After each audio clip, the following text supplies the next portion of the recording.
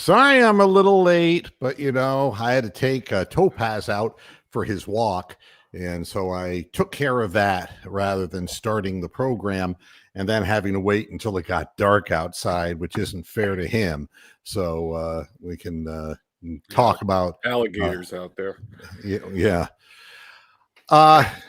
Another loss directly associated with Kevin Stefanski, who is the worst coach. He's worse than Hugh Jackson.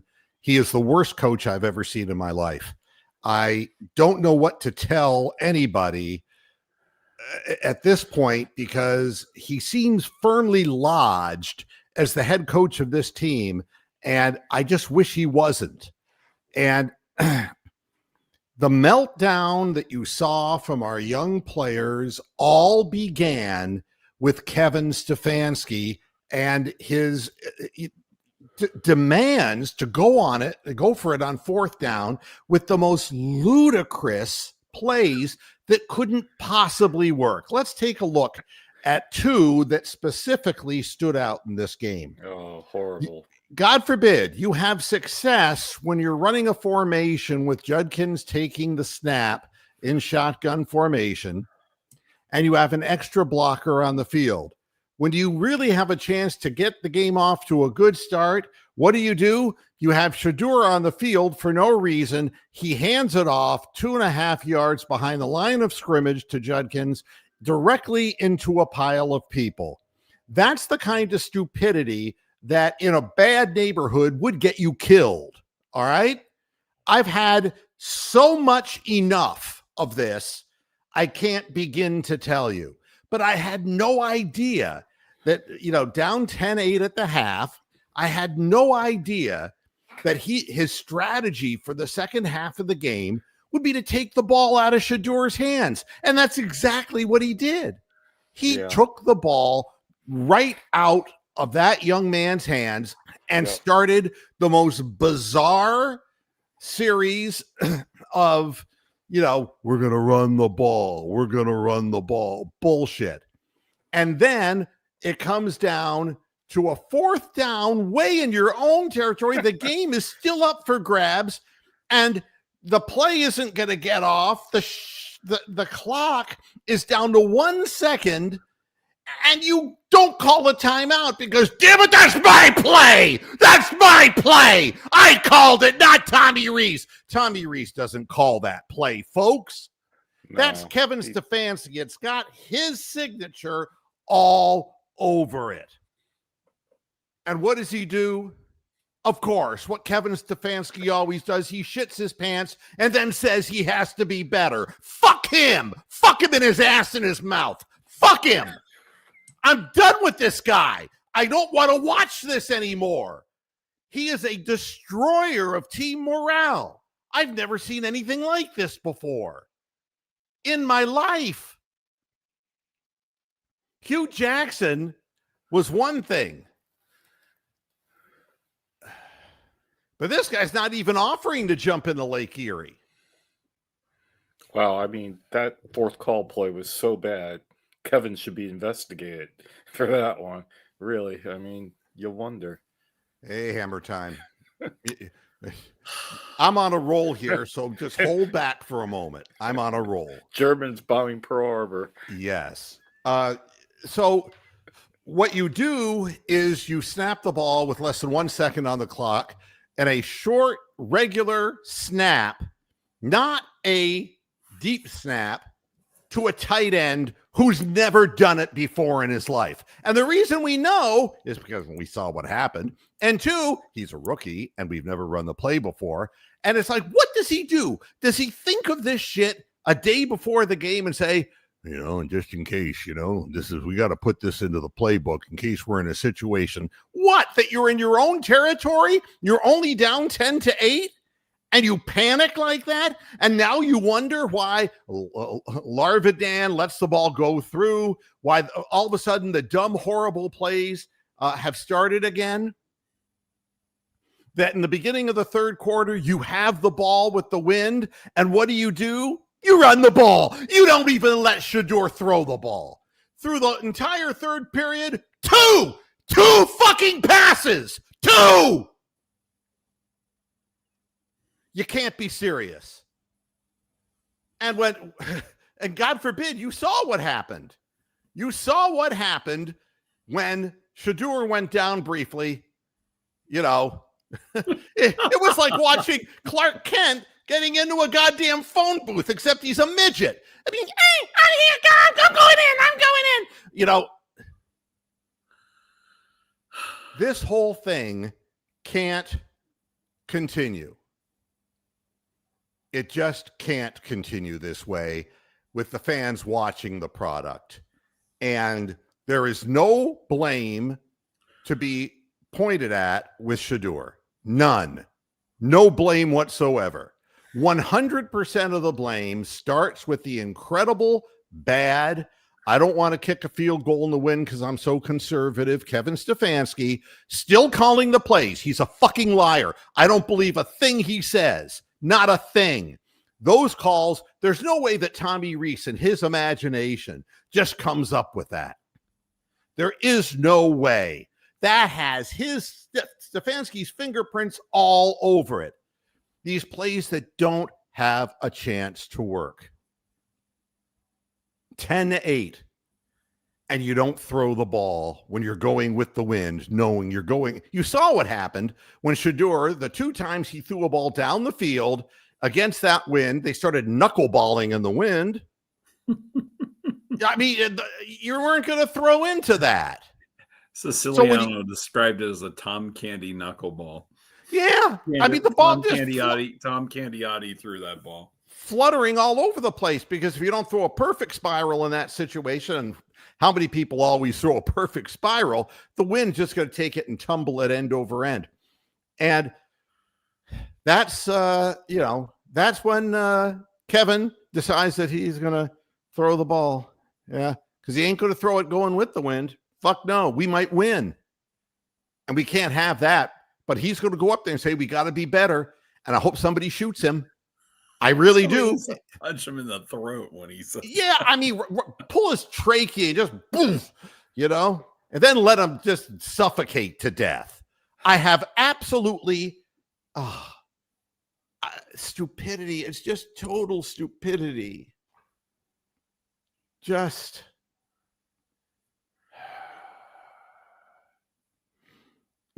why is Bubba still with the team? Because his name's Bubba. What do you think? He's stupid. They may no longer be in the hunt, but their head coach is a cunt. That might be the best quote of the entire weekend. The fact that they actually had them on the graphic over the weekend kind of was like, thanks so much. Special teams came on a smaller bus than the rest of the team from the practice facility. Yes. I shouldn't know. The whole point of this show is I'm just sitting here in Florida and I shouldn't know. But I can tell you what this jagoff is going to do before he does it. You don't think the opponent knows?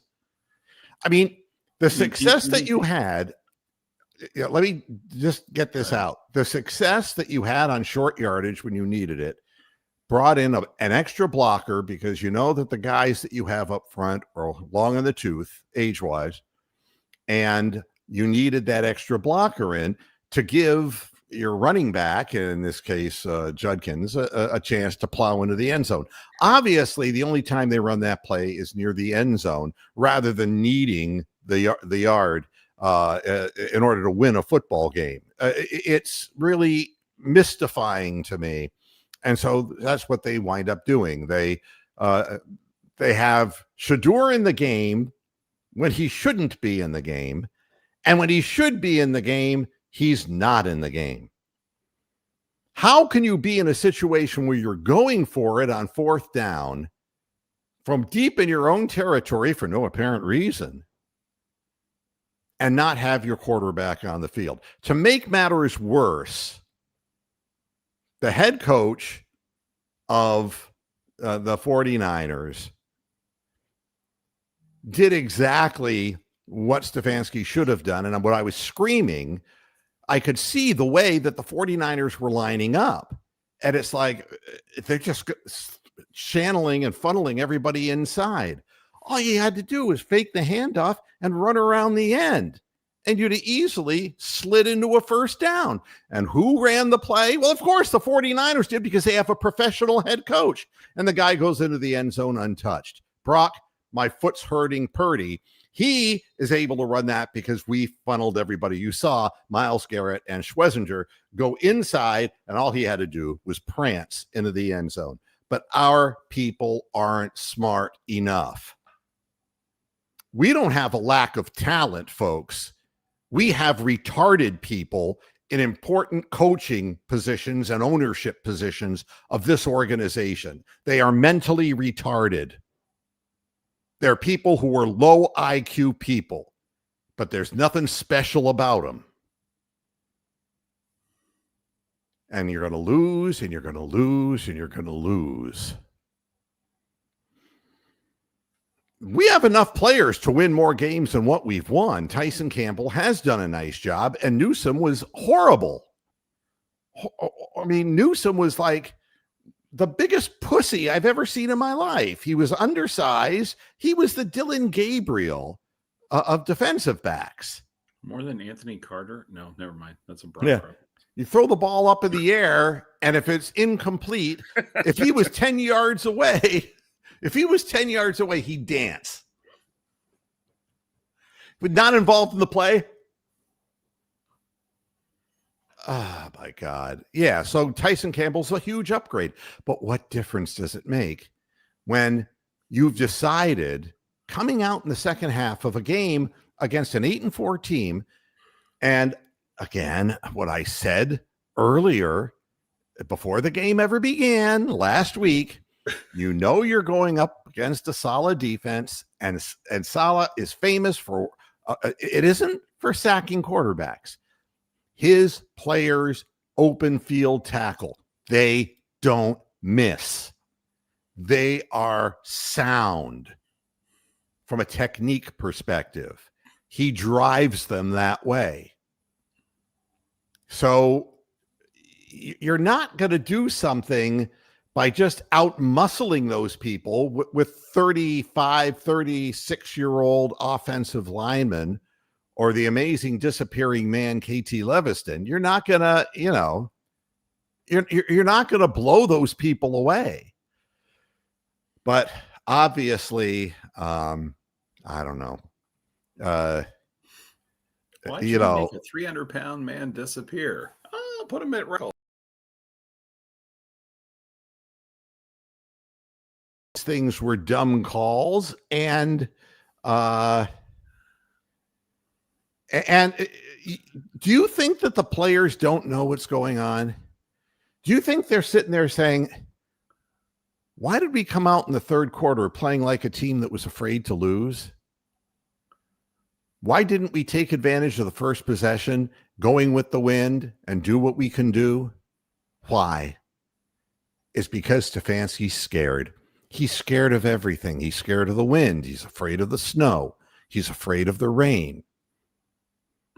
He's afraid to punt the ball away. He's afraid of that trash bag in the parking lot that's blown away. It's but everything that happens to a team like this, that was literally like an avalanche. It really was. From the moment Stefanski calls the direct snap to Fannin, with less than 1 second on the clock. Here's Steven. We'll put Steven here. With less than a second on the snap count. Yeah. The second he does that, he's just surrendered.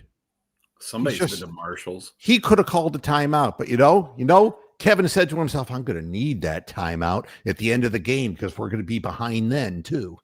He's got a loser's mentality. I mean, can you imagine if he played the shark in Jaws? He'd be suntanning on the beach. The guy's a sack of shit. This is a game that you're losing years of your life every week. There's only 17 weeks. There's, it's like 17 games. For God's sakes, you got to attack everyone. Like every one of those games, you're going to win. You're going to win. We're going to do everything we can to win. This guy is more worried about holding on to a fucking timeout when he's behind at the end of the game than he is in taking the game when we're only 2 points behind. Have possession and the wind advantage. Facts. I just, there has to be a firing. And if there's not going to be a firing, then I think the fans should completely jettison. And I don't know if you heard when Shedeur went down and immediately the little midget is like, okay, I'm going in. I've never seen Dylan Gabriel move so fast in my life. The only time I've seen a person take their clothes off faster, that would have been Monica Lewinsky in the White House.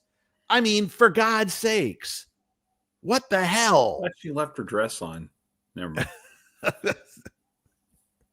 Oh, God. No, I should tell the people in the chat room the difference. No, I should say,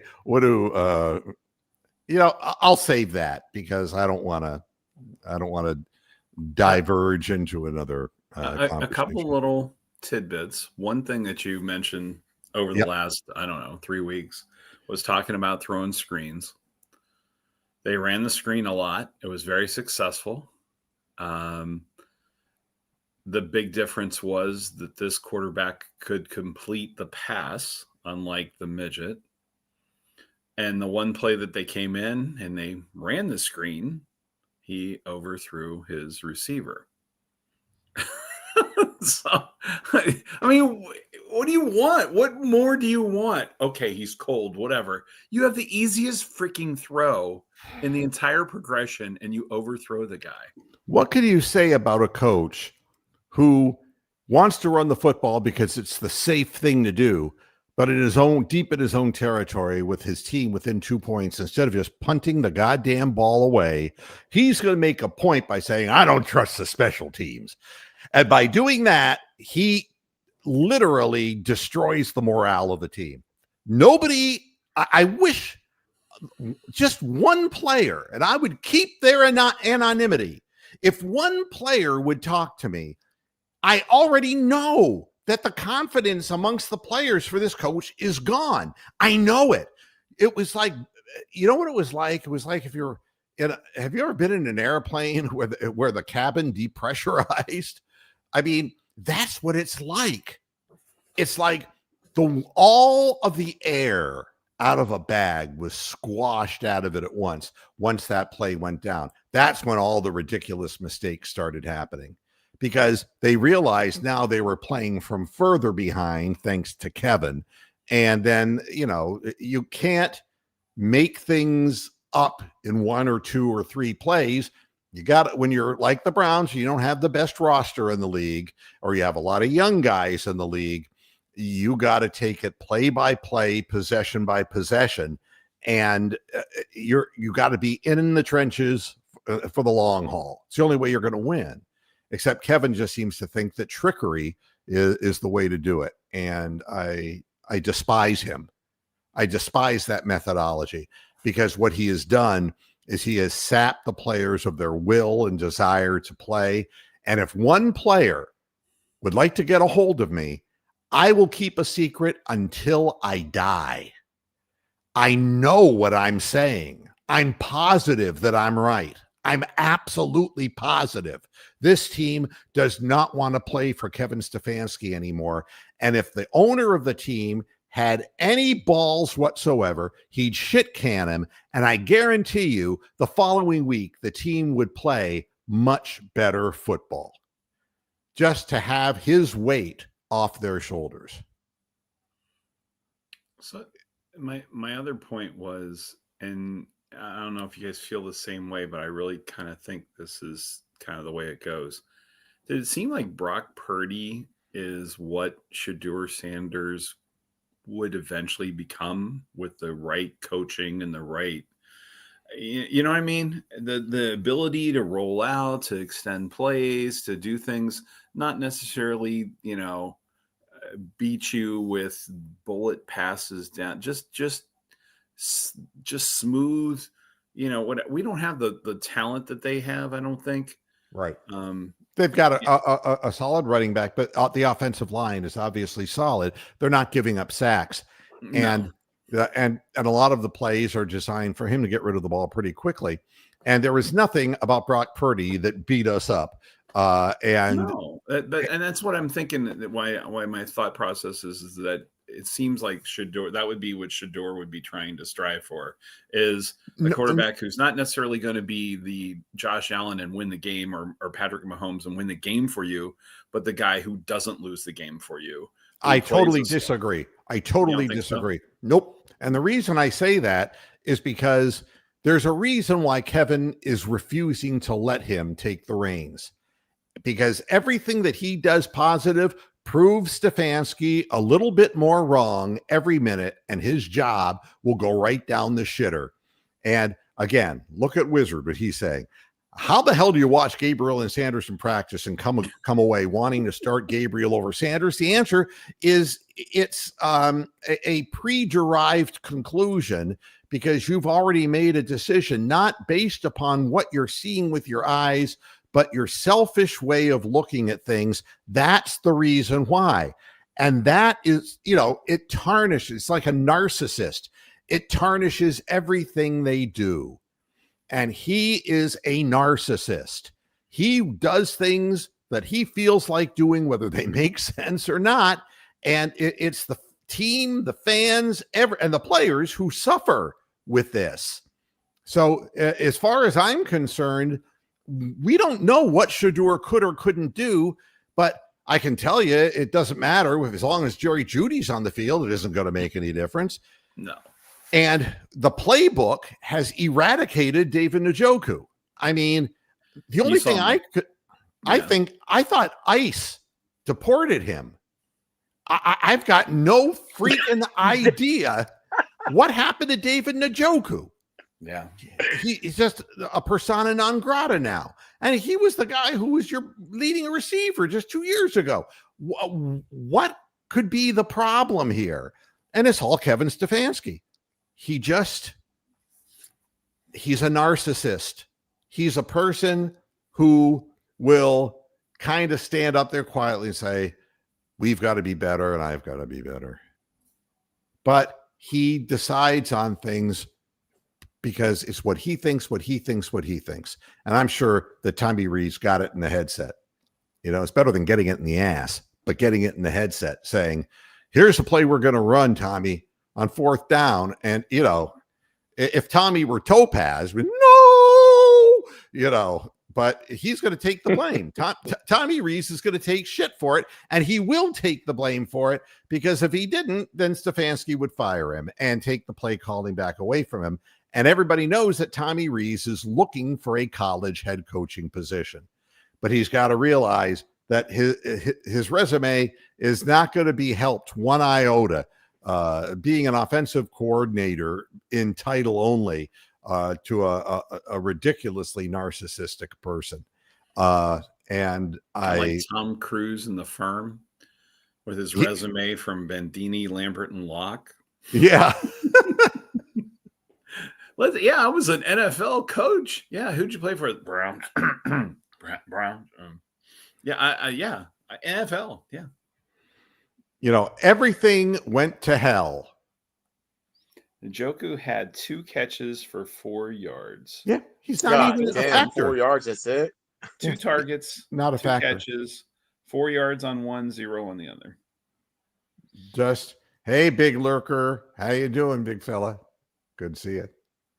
And don't worry, I'm not going to have a heart attack. I do this yelling and screaming thing as a matter of to emphasize certain things.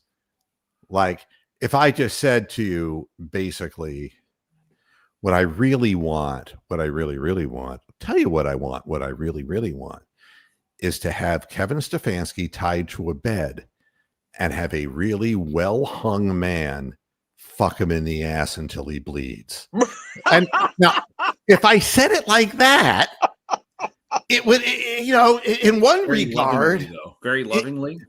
yeah, I mean, people are going, wow, that guy has really got his composure together. But if I do it the other way, and I'm not going to repeat that a second time, but if I did it out of control, it's like, wow, this guy is really out of control. We might want to tune in and watch him again.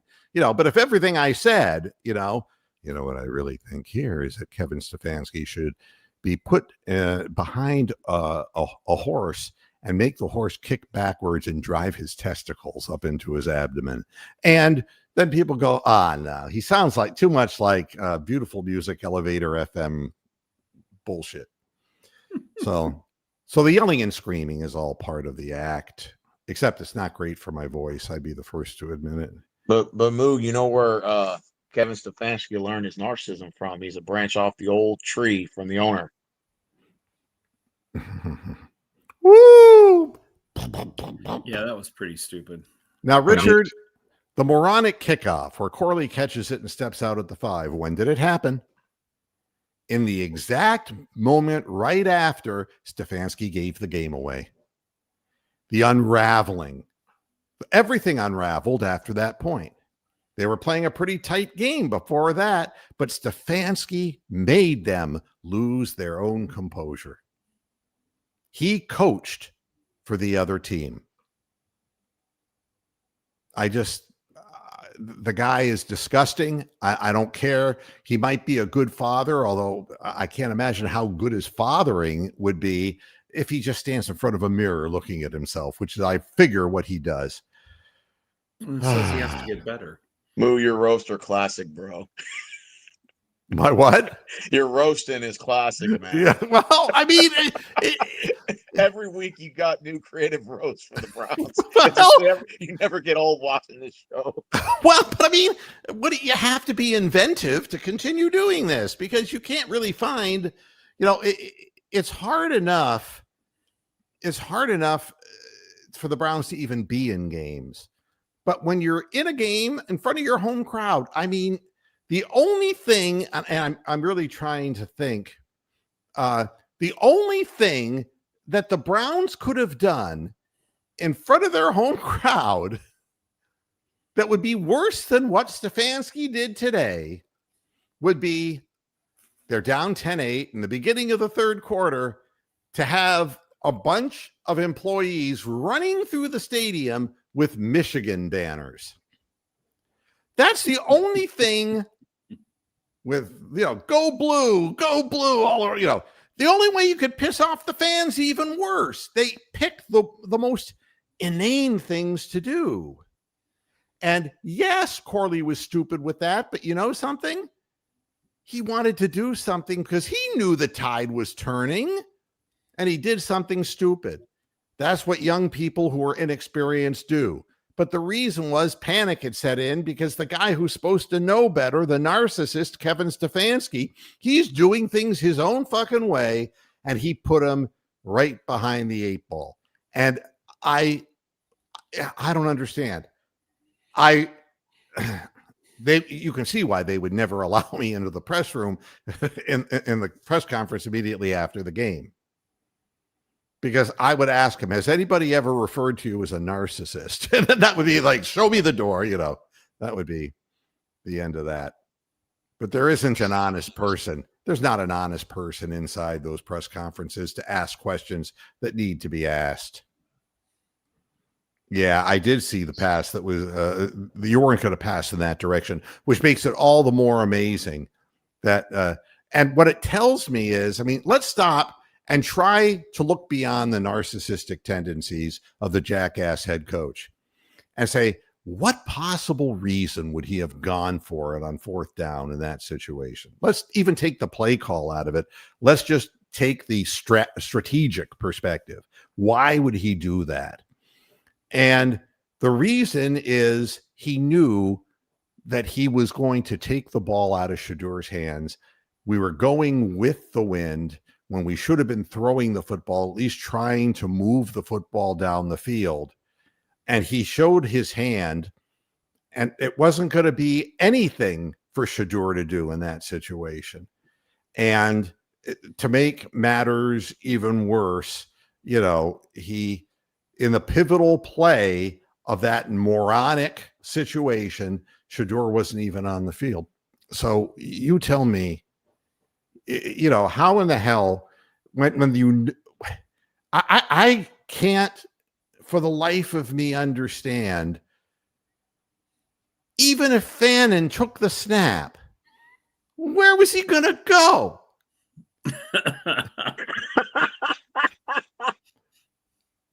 Well, hey, I just want you to know, I just did a little checking while we were here, and there are plenty of tickets available to next Sunday's Titans-Browns game, starting at $15 a piece. Where's the game being that's not a bad played? deal. Including fees. Where's the game being played? Cleveland. Well, don't go. Don't be lured by the low prices. Yeah. I can find you generic products off the shelf at a grocery store that you never want to eat, but they're less expensive. You can get lower bowl tickets as low as $81. Yeah, you can sit right up front for $80. $79. Nope, I just saw $70. I just saw 70. That Price price is will be actually reduced. I changing. refer to those It's as actually there's 69. It's actually in 50s. It's changing as we go. The price is dropping quicker Oh yeah. than Tesla's stock. It is dropping. Yeah, and I think it's referred to as lower bowel seats because watching from that close, it induces an indigestion issue and you end up shitting yourself watching. So I don't know. And no, you can't blame the weather at all. You can blame the strategy. When you have the advantage of going, and here's the other thing I don't understand. And let's start from the beginning of the game, shall we? Yes, do it. They won the opening toss. How is it that we ended up, I know that they decided they wanted possession of the ball, but didn't we have the choice as to which side we took? Oh, yeah, you totally do. How in the world would you have given up possession going with the wind so that you could go against the wind initially and be going against the wind in the fourth quarter? Somebody has to explain this to me. These are all fireable offenses. Nobody's going to ask him these questions. Didn't you wonder that? God. Aaron Rodgers has 19 passing touchdowns, which is the most by a Pittsburgh quarterback since 2021. It just tells you they've been winning with shit quarterbacks, and we can't do anything at all. Well, it's because there's no faith, no confidence in the coach. And you need, again, you need to find in Ohio, I noticed they do a lot of construction on the interstates and roads, like State Route 21, which goes right up and down, not so far from where my home is in Northeast Ohio. And it's always construction there. So we can find some heavy equipment and just back it over Kevin Stefanski, and we can just deep six him. We got to find a way to get rid of this guy, or just run over his legs so he'll never walk again. That way he can still be a dad. I don't want to take him away from his kids unless the kids want him taken away because he's a narcissist. Then I eat turkeys in Garrettsville. And he'll get fired at the end of the year. I mean, Stefanski's out the door. I think he already knows it. He just doesn't care at this point. Nobody will force him when he stands up there after the game. Nobody will ask him the simple questions I ask on this program. I wanted to share something with the viewership. The last show that I did had a record number of viewers, over 2,500 views for a Friday show. Your show? Yes. I like how you said that, Stephen. I was shocked. Well, that's amazing. And I don't do even know I that don't do many anything to people. promote it. No, I mean, and I'm honest about it. I've been on for 24 years, and I've got 917 subscribers to the channel. You can look it right up on YouTube. The subtitle was "This piece of crap." Right.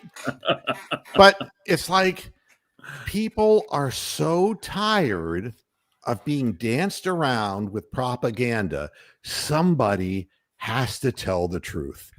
And until somebody from the organization could start out by telling me how the other team gets the ball, I understand that's their choice. But how you choose to go against a 35 to 40 mile an hour wind in the first quarter of the game and in the fourth quarter of the game, and explain to me how that's good strategy, and I'll listen intently. You ain't going to convince me or anybody else of that. But nobody wants to hurt the narcissist's feelings. Unreal. Well, Cavs start in a little while, another hour and a half. Yeah, they play Atlanta. No, they don't play the play. Celtics. That's tomorrow. Well, Celtics. The Celtics, yeah, the Celtics will win. Tommy Heinsohn. Don't get me talking about the Cavaliers right now either. Grumpy. You're a disappointed No. guy. I mean, if you think you're going to win running up and down the floor with 23, 24-year-old athletes, and you've got Dean Wade and you've got Dean Larry Wade. Nance Jr., if you think that yeah, exactly. And you get run down every game. They just outrun you and outrun you and outrun you.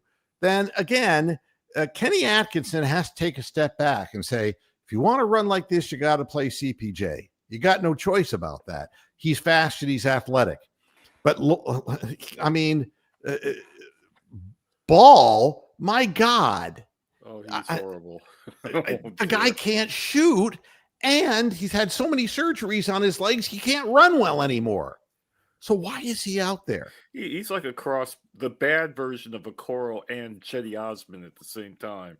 It's just amazing. But Ball is the kind of guy who is living off the rarefied air that he was the number 2 pick all those years ago, and he never lived up to it. Yeah. So am I. So anyway, I really all that potential I had. But you wonder that the identification of the team changes as the bench players come in. And I guess Tomlin did too good recently, and so he didn't get to play very much. That's why we saw more Larry Nance Jr. Oh God! And I could go on and go Big on. Lurker's doing what Big Lurker does. All right, let me see here. The last one there. And people are still going to say, okay, what can we do to criticize Sanders? At a 35 to 40 mile an hour wind, the ball moved about 3.5 yards in the air. And you saw the second time he tried to go down the field. Yes, he was wide open, but you didn't see anybody throwing that distance against that wind. And trying to kick a field goal in that direction was just an extra point was difficult as hell. You keep trying to blame the one guy, and I'm sure that you have your reasons for doing that, but they're not constructive reasons. At the end of the day, Judy would have dropped it anyway. What's the difference? Yeah, well, and he would have made some money off dropping it. Not only drop it, but drop it in the direction of the opposing team so they could pick it off and run it What? down. Conklin got hurt again? Concussion. Oh, really? Allegedly, yeah. Oh, allegedly. I was wondering why Leviston and the other guy were in. It was a non-contact concussion. He was running off the field and his helmet wasn't tight. His head and got just jammed. kind of whacked him in the head a little. So. And it's not the defense's fault. The defense did what it was supposed to do and sat there and watched the coach lose the game. Well, they got less yards than we did, so defense is fine. And the special teams screwed us. Short fields right there that resulted directly in touchdowns. You can't do that against an 8-4 team. And I don't think that the 49ers are really that good. No. I'll be honest with you. They're really not that good a team. But they're certainly better than a team coached by Kevin Stefanski. Right now. And you know, and then here's another real genius. He can't throw or make faster choices. Oh. I've seen people open. You know, here's this guy at Box Game 22. Here he is sitting in front of his television. Over there. Over there. You know what I want to do, Box Game 22? I want a 320-pound man in the living room while you're watching the game. So when the play There's starts, a few here there in the chat room. And every time, one that can actually move. I'm sorry, never mind. And he'll line up just about yay far from you. And when the play starts, you have to drop back with the quarterback, in essence, and you have to be looking at the big screen that you watch the game on, and you have to say, he's open before the 320-pound guy smashes you to the ground. Damn. I would laugh my ass off. Wow. Such a stupid thing to say. You've seen people open. The only thing you've seen open was a 7-Eleven, and it probably was in the middle of the day. You're foolish. Don't discount those Slurpees, man. Bean burritos. God. Micro Nuke burritos. Yeah. They still do those? Or is that like a 1980s thing? I'm sure you can. I don't know. I think it's Hey, so who ends up taking that AFC North title? Steelers or Ravens? No one cares. Yeah, that. somebody. Nobody. Yeah, I just. Melvin Cook coming out of the game. He's owie. God.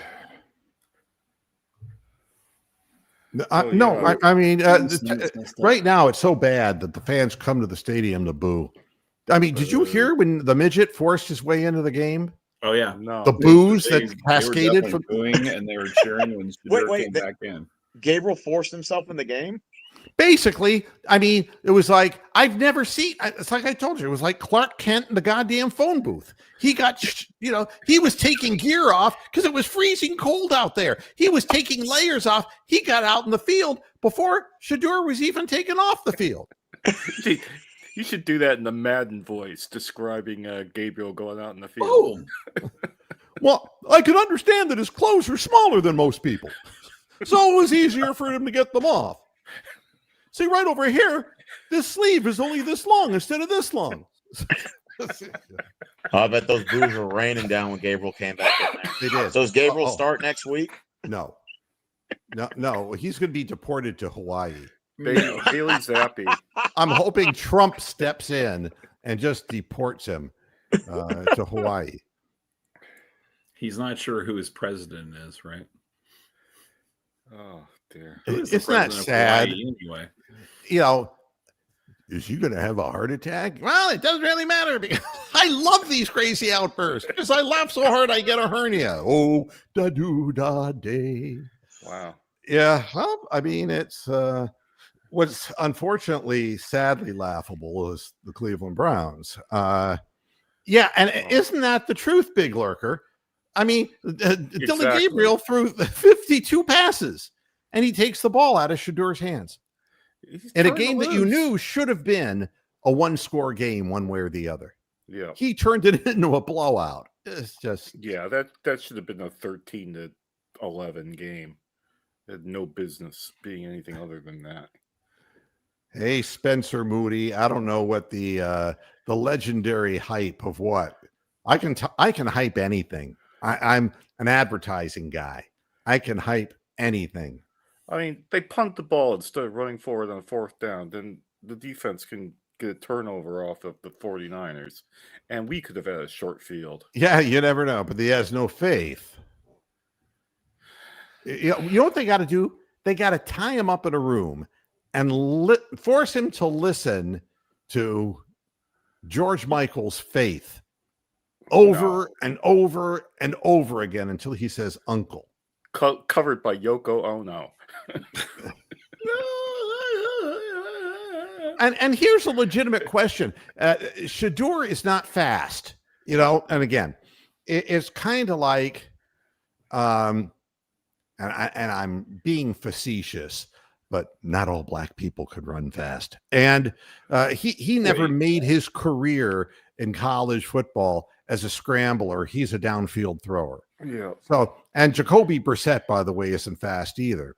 So, some guys, we've had fast people before. They couldn't play football. Yeah. Anthony Schwartz. No. DTR. Yeah. No, the thing about Shedeur is he's trying to make plays downfield, so he's slowing down his running while he tries to process to make the plays. So that's why he doesn't look like he's running fast. He's slowing down because he's still looking to throw the ball. Keith, what's the story about Kozar? He's back in the hospital. Oh God. Yeah, I know.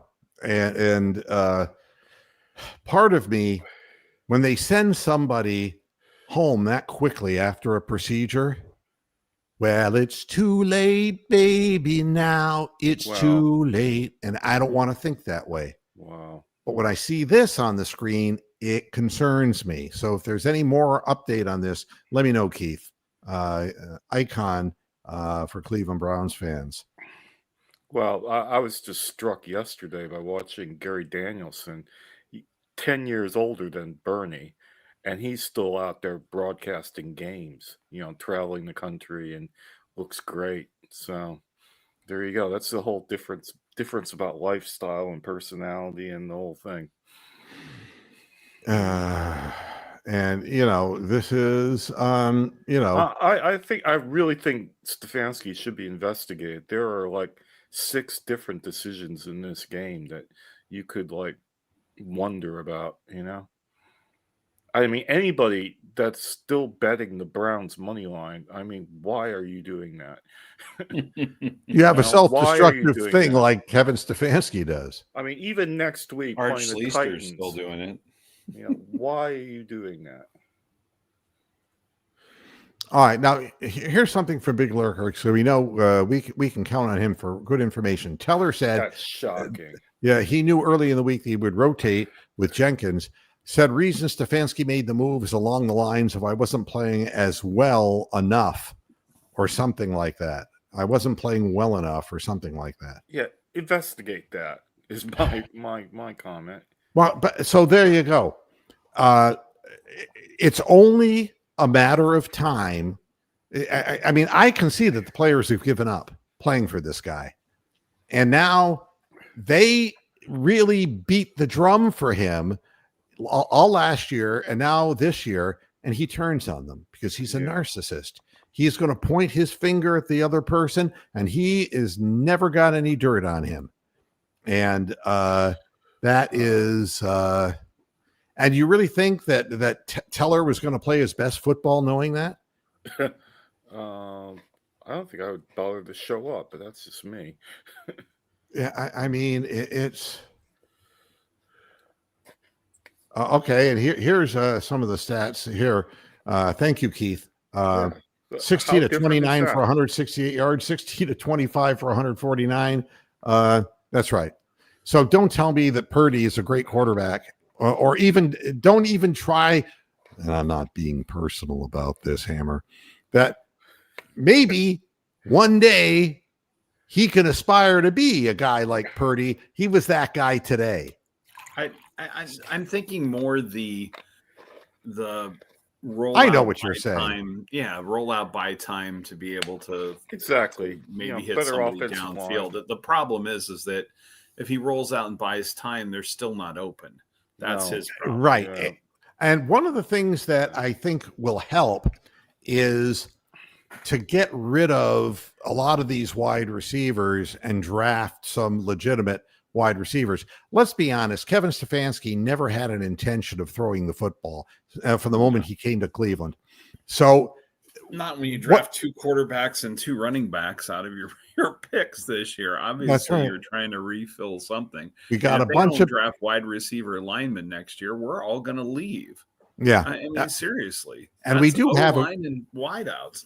It's a great opportunity to pick up a couple of really good wide receivers in the draft, and you have a downfield thrower now. And as far as rolling out of the pocket, I think that he's probably more comfortable right now at this time early in his career with rolling out, and that in the pocket, playing around 35-year-old offensive linemen, he isn't as confident. And as somebody pointed out in the chat earlier, he's not evasive. He's not athletically quick. He's not a quick twitch guy.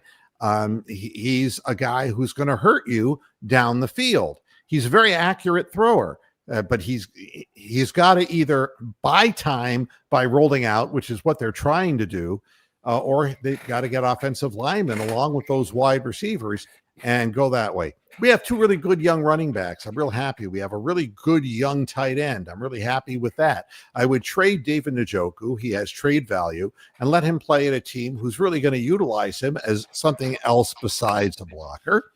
And I would do anything I could to get as many offensive linemen and wide receivers onto that team so I could let Judy go, so I could, let all these guys go who are just not going to amount to anything. Yeah. And I don't want to be in a situation where we have to keep bringing up receivers from the practice squad.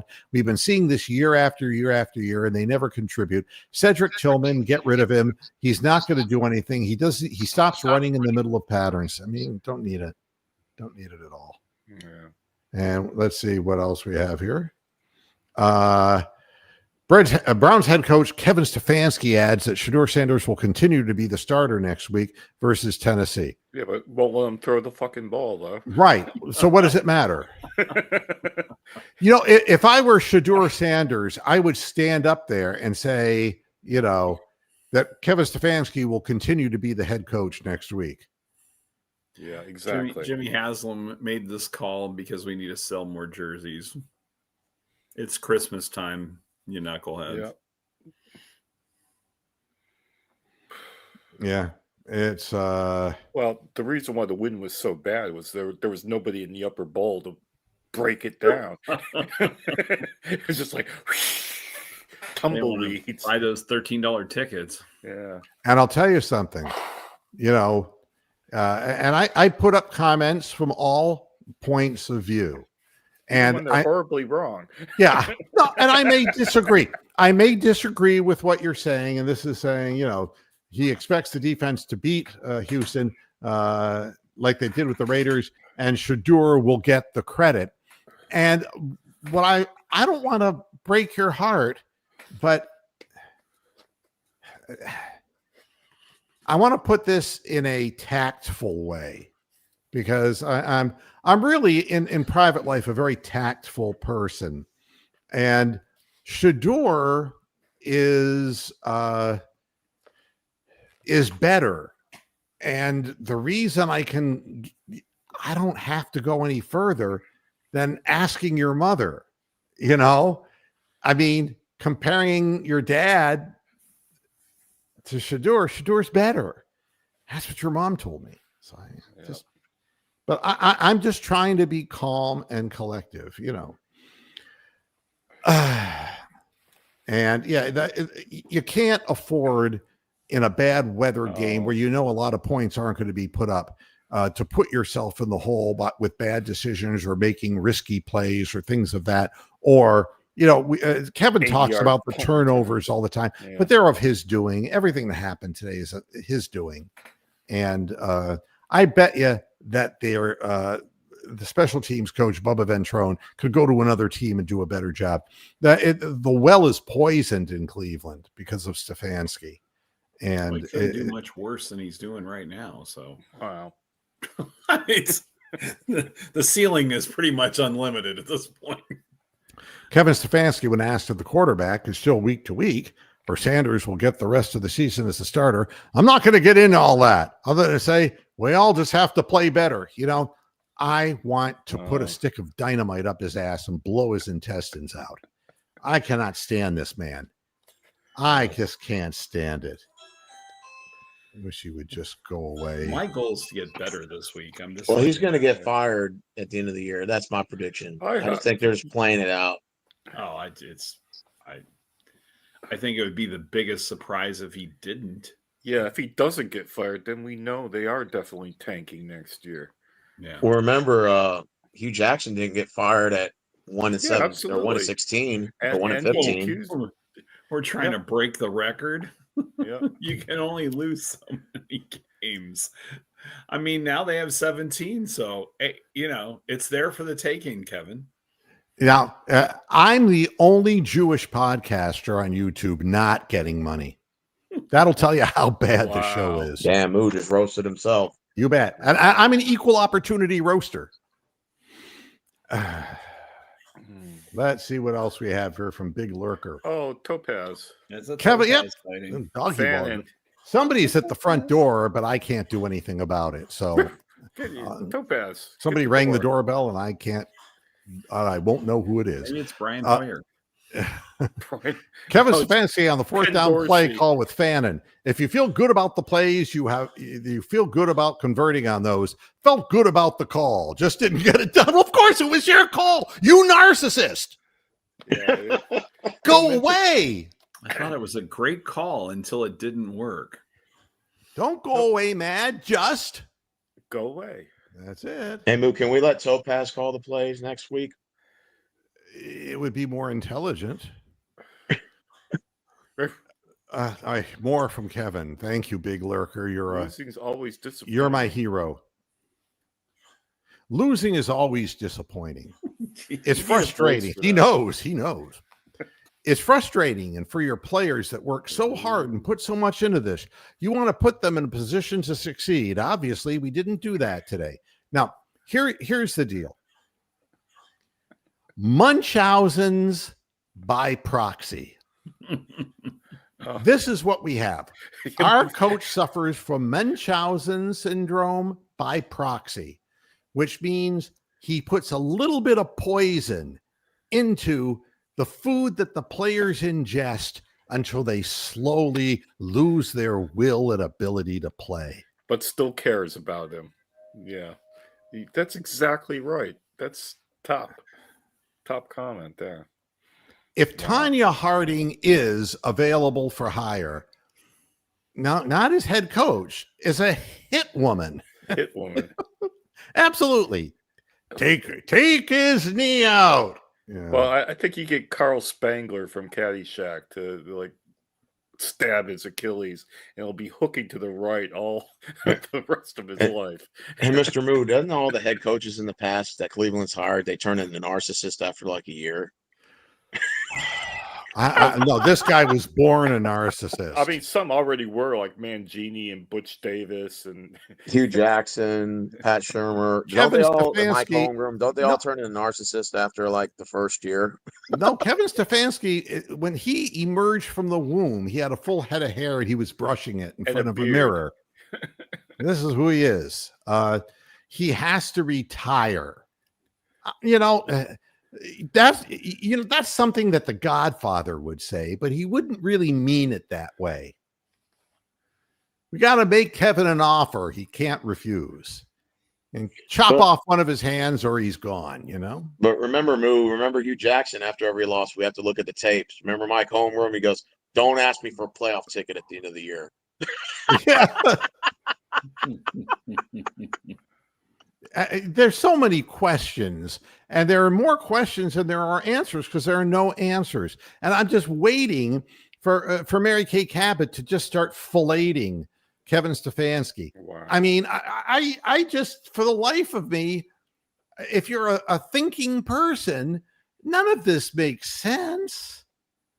The long developing routes I think what's happening is the receivers are just running down the field so that they can get out of the way. And they're not looking back for the ball. It's amazing. Yeah, it really is. I'm going to check my phone real quick here. If somebody wants to jump in and say something, just to make sure I haven't messed up anything. No, it doesn't look like I have. Hey, Mr. Moo, I know it's kind of off topic because you were talking about Cavs basketball. Didn't that NBA Cup kind of just fall off this year? I'm just not really interested in who wins that NBA Cup.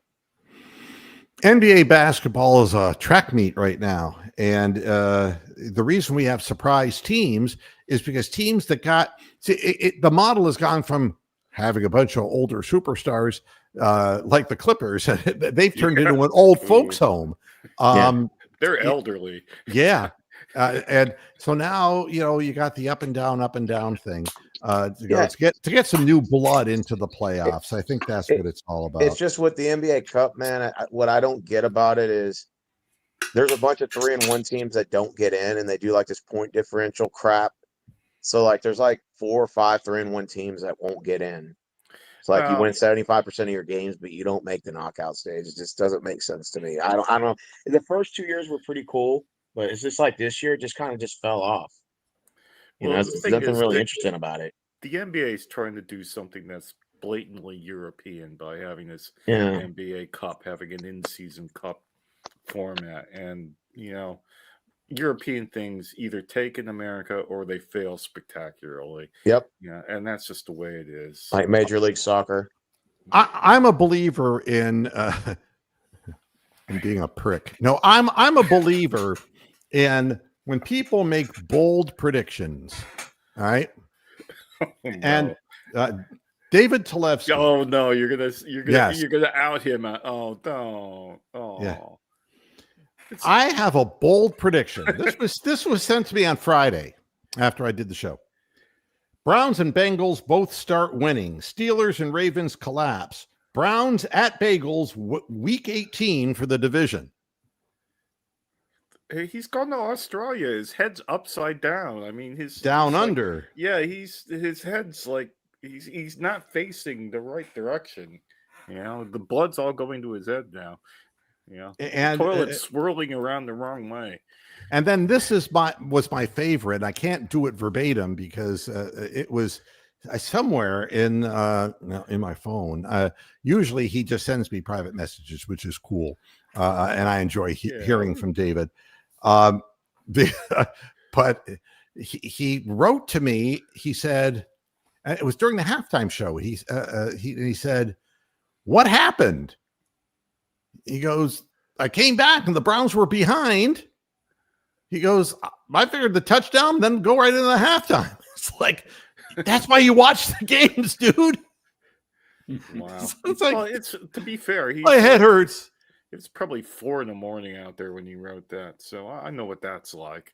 I'm watching games at odd times. So give him a break.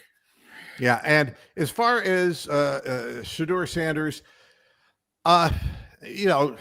the jury's out. I don't sit here and say this guy is going to be the next whatever, but he's better than Dylan Gabriel. He is. He has more composure. He throws a more catchable ball. And it would be kind of nice to see him in a game where there wasn't these dramatic climate things, because if we were to sit there and judge Brock Purdy on his 16 of 29 for 168 yards, we might say that he's a sub-mediocre quarterback. But because of his reputation in the past, you see, he gets more kudos. Well, I got to have a bigger sample of Shedeur, and that was the idea. We gave 6 games to Dylan Gabriel, and now we're going to give the final games to Shedeur. We're going to be able to compare. I'm not trying to rush to anything because he ain't rushing anywhere. We don't have the roster to be able to beat people, and we can't beat Kevin Stefanski. He's the best defense against our team winning. It's I don't know, man. Yeah. Well, he wasn't even under the center. He was slightly to the left of the center. I don't know what that was. It looked like one of those Fumble-Rooski plays. That's what I thought was going to happen. It was the Fumble-Rooski. He got it drawn up by the annexation of Puerto Rico. That's, I believe, what they were lining up. Oh, God almighty. He can't. Hey, all I know is the person that had the best weekend of all is Brutus Buckeye, who managed to go out he's on a the legend. Snow and do a script Ohio on the field. Good for Brutus. And then walk through and X out the M in the end zone. Talk about a troll job supreme.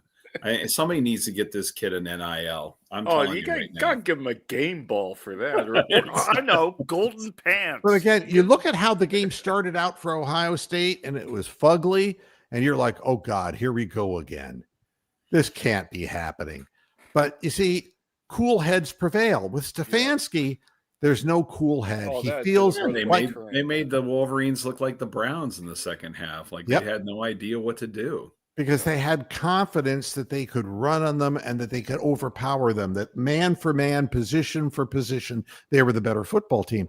And the thing with Kevin Stefanski is he thinks the only way his team can win is through trickery, and he's teaching the young players the wrong things. And it's bad for the organization. It's bad for the players. Time to go. Well, every game Ohio State plays now ends in a trophy. You know, you get the Big Ten trophy, you get like the Rose Bowl trophy, the Fiesta Bowl trophy, and then the National Championship trophy. So they're all trophy games coming up now. Did you see when Shedeur tried to catch them with too many men on the field? Yeah, they did. They did get him with 12, didn't they? Nope. No, I thought they did. If they'd run the play. Wow. You know, the thing is, Shedeur saw that and he immediately was calling for the snap, and they wouldn't do it. I mean, there's nothing under Shedeur's control on that field right now except the hand of the narcissist, and that's, you know, tough. Now, Dr. Moo or Dr. Phil, we need you to address David Murray's latest comment here. Make him feel better. He's on the I-480 bridge right now. He says, "I was so happy yesterday, and now I'm sad." I mean, well, you know. It's a great view, by the way. And by the way, yes, Greg, Purdy was Mr. He's Irrelevant. got Purdy mouth, though. I keep saying that. Yeah. Purdy. He runs better than Darius Garland. But anyway, that's no. I don't think that he needs 2 years. He needs an offensive line and wide receivers who run coaches. Patterns and get open and don't quit in the middle of patterns. That's what he needs. I will go as far as saying that if you find the right head coach who will put in the right kind of offense for this guy, he can be an average to slightly above average quarterback next year. I do not say that about a little guy who has no accuracy and no touch on the ball that he throws. So there should never have been hype from last week. No. Look at who we were playing, the goddamn Raiders team. This is a team that actually has some victories. You know, and this will be another thing. This is what they call marginalization. What other black quarterback could I compare Shedeur to? Oh, how about the bus, Teddy Bridgewater? Good job. Honestly, I think he's very Bo Nixian, you know? At this point, it's hard to tell what he is because he's got, and really the same thing happened to him in college. He had no offensive line and had to run for his life frequently. So, I mean, he's familiar with that scenario of it. It's just these guys are a lot faster, and he doesn't have Travis Hunter out there to throw to when your best receiver is way worse than Fannin. Fannon's his best receiver. Yeah, actually, it was not an overthrow to Judy. It was taken by the wind as he was running down the field. The ball just went to the right, and it wasn't even on line by the time it got there. But you know, again, if the Queen had balls, she'd be king. You know, we can always run something back, but we were trying a downfield throw against a 35, 40 mile an hour wind. And that's not. Isn't that a country song, Taken by the Wind? Oh, never mind. Hasten Down the Wind. That would be Jesse Winchester. Or Linda Ronstadt, even. Is nobody scoring in this Buffalo Steelers game? No, it's really brutal. In fact, it's punt, punt, punt. I have it on and I'm watching it, and it's just like this is just really incredibly brutal, horrible. It's a great game if you like defense and inept offenses. Wow. But we're all for that. Yeah, we're used to seeing that part of it. We're all for that. Thanks, David. You know, we are, but we're beautiful people inside. Mm-hmm. Yeah, you guys think Josh Allen's overrated? No. I mean, I think he's good, but I just think he chokes in big games. He's better than any quarterback we've had in 25 years. Yeah, I mean, we would be the wrong people to ask, you know. We haven't seen good quarterback play in since we were 20s. Yeah, this is brutal. It's I thought it was really going to be good when we got to that jersey, and they thought they actually had to add on to the bottom of the jersey to go, and they're in 3 columns. They're looking at adding a 4th at this point. No, you got to listen to the show from the beginning, Kevin Ruiz. We're not hating. We're not hating on Shador. There are some people in the chat room who are doing that, but they're looking for attention, and I understand because he is what he beating is. his children. He's a rookie quarterback who was taken in the 5th round, who might be better than that, and playing with a crappy offensive line and not particularly good receivers. He's got some good running backs, but it is what it is. This is what we made. This is the cake we have to eat. Unfortunately, it's like a urinal cake like we're eating. Schwesinger played a really good game. He made one glaring mistake when he bit the wrong way on an important 3rd down conversion where the wide receiver was wide open. Yeah. But again, he's been a great acquisition. He really has. So I don't know, because Baker had the same offensive line basically, but when they were healthy and younger. Yeah, they were a lot younger. And he had Nick Chubb in the backfield, and he had some wide receivers he could throw to. So it's kind of hard to make that comparison. I mean, Hollywood Higgins is better than anybody we got. I mean, what the fuck, isn't it? And he was a marginal guy when we had him. And as far as somebody just got a 1st down in this Steelers-Bills game. Oh, it might be time to bail out of here. Not a bad idea. And as far as Larvidan, he had a big punt return last week. He dropped 2 punts today. Yeah, he was having trouble, and I'm sure the wind had something to do with that. And I also think that Kevin Stefanski tied him to a chair and persecuted him by saying, "Don't drop the ball. Don't drop the ball. Don't drop the ball. Don't even think about the win. Don't think about the win." He said, "You have to get better. You have to get better."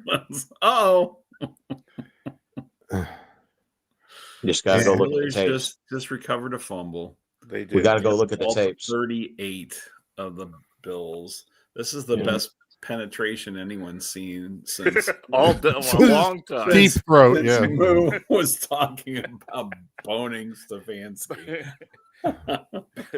Well, David Murray, thank you. It is funny. We are getting kind of a rush in subscriptions, and I think the reason is people don't realize what we do, and we're just not politically correct. We just are fans, and we're sick and tired of the bullshit. And I have an open forum, and if you want to put something smart up in the chat room, something dumb, I will respond to anything, and I'll be equally rude, because the cow character that I have created for this program is very different than the way I am in my social life. Could you imagine if I went to a party and said, beaten up? Yeah, something, I wish a mule would fuck you in the ass, and it's like, oh, by the way, Happy New Year. It's what I like about you, Moo, is you're authentic. Like most people put on an act on YouTube. You're one of the very few YouTubers I've met that is this is who you actually are off camera. Like authentic. Like you're not putting on a facade or a character. No, this is what I'm like watching the games. I mean, I can't broadcast the games and do reaction stuff, because if I yelled and screamed like this for 2.5 hours of 3 hours of a game, I would have no voice at all. And the neighbors would call the cops. Before you were born, Steven, Moo actually used to watch a game with a cow, and he would yell and scream, and that was like mayhem. Yeah, that was total mayhem. Hey, Moo, are you at 1,000 subs yet? No. You deserve way more than that. Deserves got nothing to do with it. We all deserve everything. I don't publicize this, and I want people to find it, and if they like it, they like it. I understand that if you're into statistical analysis and things of that nature, this type of thing, it would not be your cup of tea. I understand that, but if you're an aggravated fan who's sick of people going on the air and just feeding you bullshit spoonful by spoonful without addressing the real issues that are facing the team.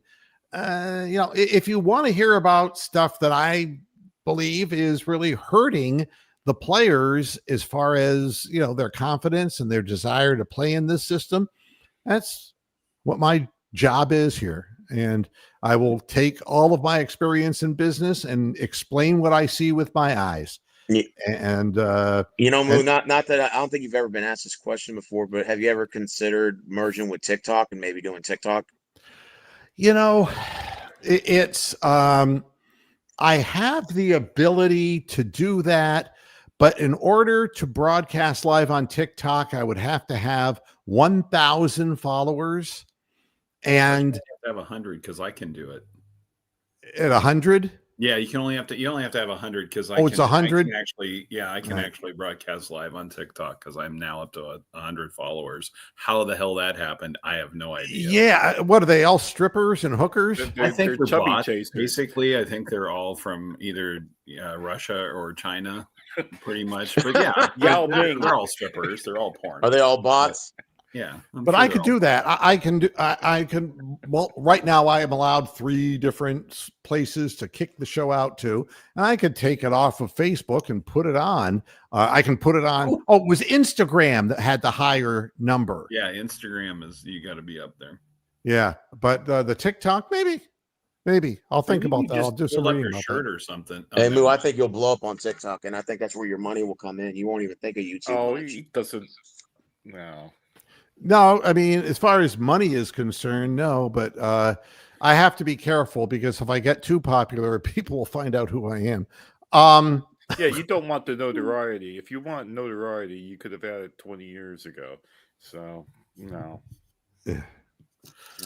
Wants to remain an anonymous cow. And that's true. We got to put our team in a position to succeed, like having a tight end take a direct snap under center. It really is. And nobody will question him. God, somebody scored in this game. Jeez. What's the Can we score have now? Peter Alice to take the snap under center? What's the score? Pittsburgh 6-0. Steelers about to kick an extra point, but there's a flag on the Buffalo's overrated. Okay, Peter Alice.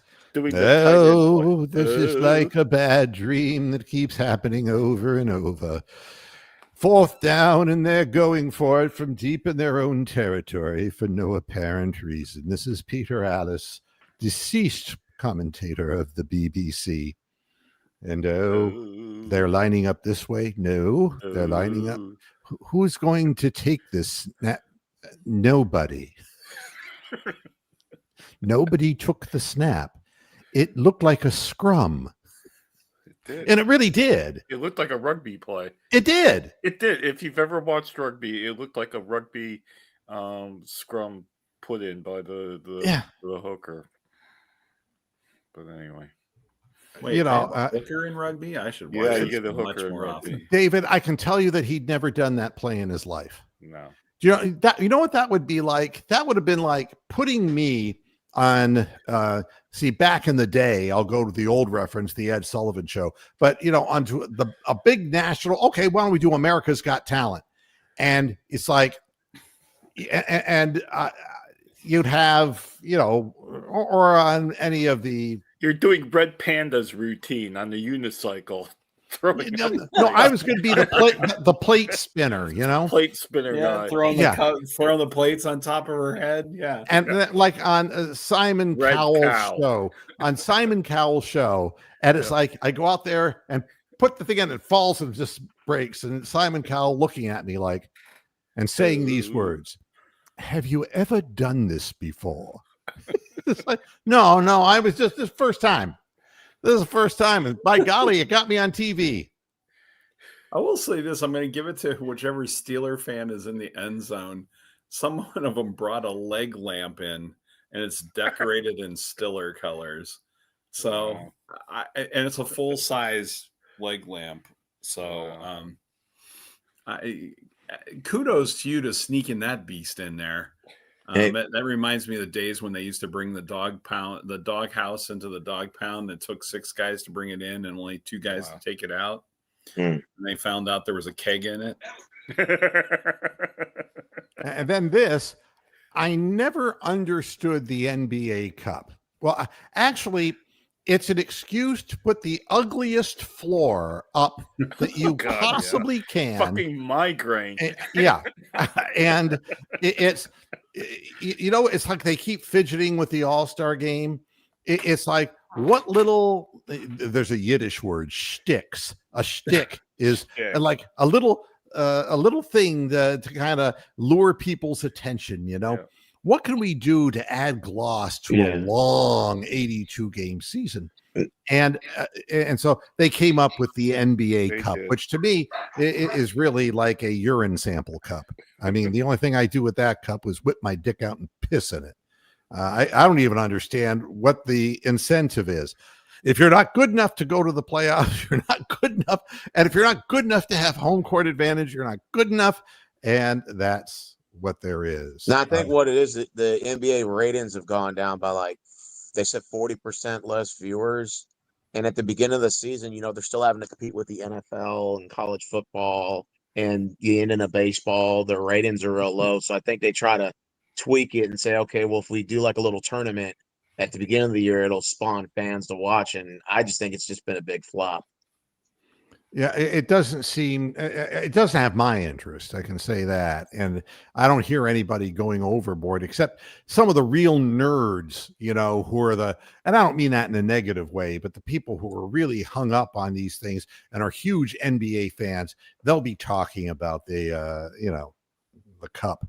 Yeah, But I like it, but I'm weird. So I mean, I like it. I just think what they should do is expand the knockout stage from 8 to 16. So all those 3-1 teams that don't get in could get in, and then I think that would be cooler.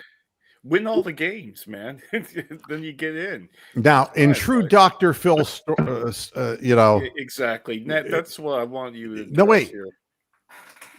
Here. 16 minutes too late. David Murray has already jumped out of the window. Okay. Oh no. Now, David. Before you jump, you've got to realize there is a tomorrow for Cleveland Browns fans. Even if today didn't go so well, it doesn't mean that tomorrow will be as bad at. Holy shit, he jumped.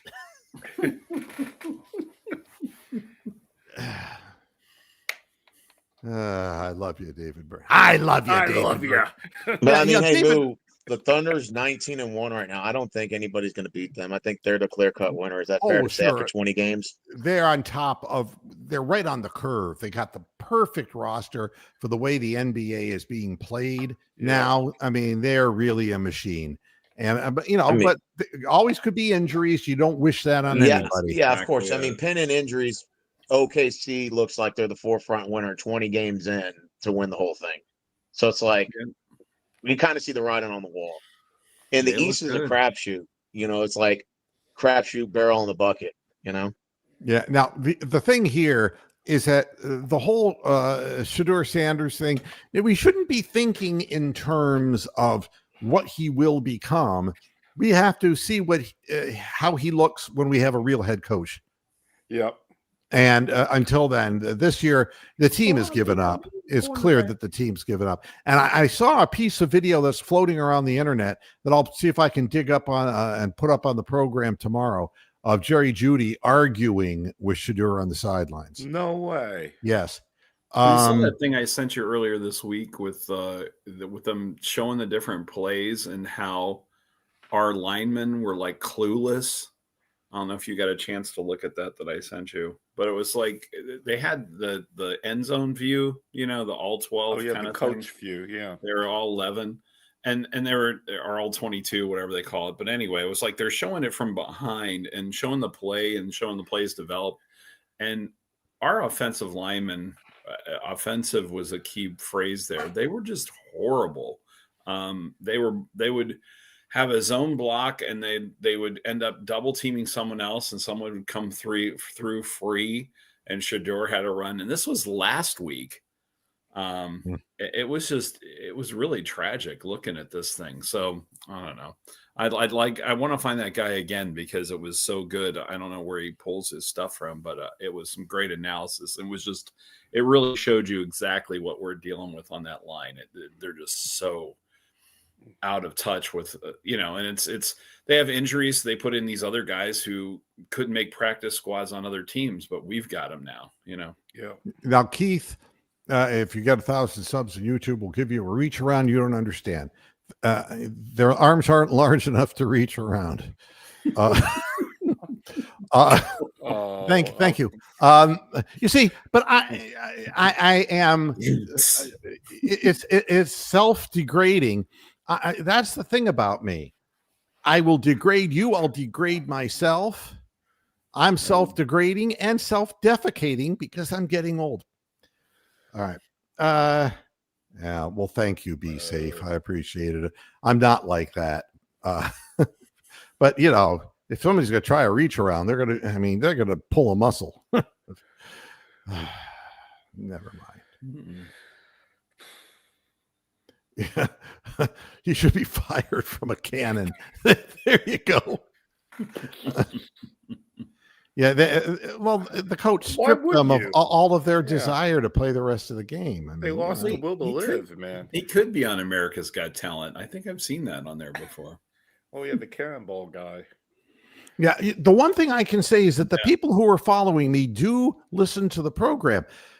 The other part of things is my timeline. That's a different story. It's all, it's either the one side or the other politically throwing and hurling. You can't tell the Nazis in Nigeria from the far left in Nigeria. They're all from the same country. Yeah.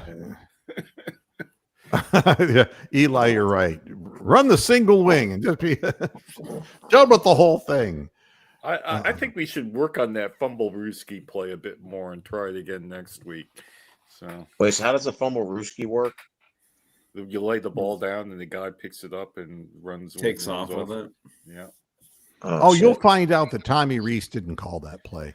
Oh, he just said that he didn't really, but Stefanski. It's a Tommy Grease fire. Yeah. Yeah. Yeah, he was saying, we really thought that I didn't think you had a say in this. Yeah, he slipped. Tommy's play. Yeah, he slipped. The mask fell off at that point. Yeah. Yeah, and David Murray, I agree with you here too. I mean, it's turned into 100 possessions plus per game, firing up threes from every angle. It's helter skelter, and what's bothering me about the Cavaliers more than anything, besides Lonzo Ball playing, the thing that's really bothering me is that we have a really good young guy in Evan Mobley, but we've tried to make him into something that he's not, and he can knock down an open three. But we give him the ball in areas that force him to dribble and get his pocket picked. And playing this ridiculous helter-skelter up and down the floor, we're giving up so many points in the paint and transition and layups that this great shot blocker and intimidator that we have defensively, the defensive player of the year in the NBA, is not even of any value. Yeah, that's a good point because he's too knackered to play defense, and also the number of turnovers in that Atlanta Hawks game was absolutely shocking. I don't know what that final turnover stat was, but it was appalling. It was really bad, and I thought the Cavs were going to win that game. I think the Raiders are like driving or scoring here. So Josh Allen just slid just short of a first down, and of course a Steeler end up landing on top of him. Yeah. So did they throw a flag? Bunch of cheating bastards. Oh, they didn't throw a flag, of course. No flag. Wow. Oh, God. I had the Eagles for sure winning the Super Bowl this year. Now I don't know for sure. So sure, they've lost 2 in a row. Well, I got to get the hell out of here. Hey, I've given everybody their money's worth because this is free. This is a free 90-minute discourse, Whatever you could call it. a Hey, foul Lou, I don't think I've language. ever seen you do an hour and a half show as long Well, if as you I've go been on your another, if panel. you can go another 58 seconds, you can Break a record. Yeah.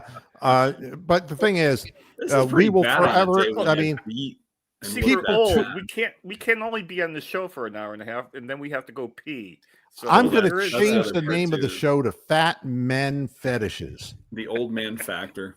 Hey, Uh, Moo, so what is your record-breaking longest podcast? Do you know? I really If you don't. could date back, have you ever done a 2-hour, 3-hour show? No. It's never been. But 2 I saw hours. you when you were drunk doing that, and I'm quite sober, and I couldn't possibly think of things to say for 2 to 3 hours. But Well, no, I think the longest I've seen you since I've been on your podcast was like an hour and 27 minutes, and now we're already approaching an hour and a half. So today's show is actually your record. I For- think you well, should- at least as long as I've been 8, on your podcast. 7, 6, 6, 5, 5, 4, 4, 3, 3, 2. 2, 1. Now you've officially done 90 minutes for the Happy first New time ever. Year! Wow, November 30th, 2025. I thought I'd never see this move. I think I No. joked around and told you that like 3 or 4 years ago. I'm like, would you ever do an hour and a half? You're like, no. You're like, 115 is fine. I'm like, okay. Well, I'm lonesome. I'm old now. I'm old and lonesome. I mean, And Friday's show was a before long I show. go, I want to do my impersonation of seeing as how the next thing we're coming up on is Christmas and then New Year's was Dick Clark's last New Year's countdown. Seeing as how we did the countdown, and it's like, I'm Dick Clark. I 10, 7, Why? 8, 4, 1, 6. Happy New Year! And that he died the year after. He died. So, He's yeah, dead. he died. Yeah, he was. Damn, well, I appreciate it. This was a fun show today. I said I was going to be on it, and I was. You were, by golly. All right, everybody. Thanks a lot for tuning in to this post-game show. I hope that I've talked you off the ledge, or if nothing else, giving you a chuckle here and there, Big L. and Big sharing L. our angst together as Cleveland Browns fans. I'll be back again tomorrow on a little bit more thought-out program, which is not going to change in tone. So if you like this show, come on back tomorrow, 5 p.m. Eastern Standard Time, and I will be here. Up and over. Thanks a lot, everybody, for tuning in. And until tomorrow, hasta la vista, Pastor Heads. Good night. Moo.